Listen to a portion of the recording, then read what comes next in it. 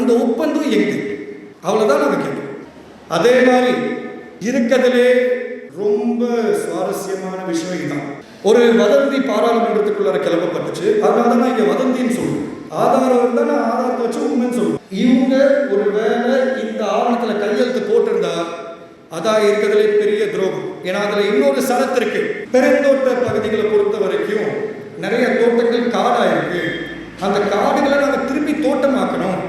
அதனால எங்களுக்கு குத்தகைக்கு நீங்கள் கொடுத்துக்க ஒப்பந்தம் 2041 முடியுது.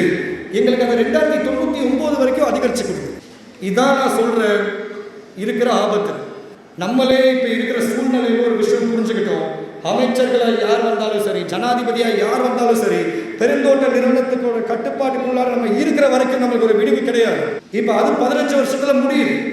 ஆனால் ஒரு பலமான ஆட்சி வந்தால் அந்த ஒப்பந்தத்தை கிழிச்சு எரிஞ்சு தூக்கி போட முடியும். ஆனால் இன்னைக்கு அந்த குத்தகை காலப்பகுதியை கூட்டுறதுக்கு பேச்சுவார்த்தை நடந்துட்டு இருக்கதான் நான் கேள்விப்பட்டேன். செவ்வாய்க்கிழமை புதன்கிழமை அந்த ஆவணம் கைக்கு வரதா இருக்கு. வந்தோன்னே கட்டாயம் நாங்கள் ஊடகத்துறைக்கு இதை நாங்கள் சமர்ப்பிப்போம்.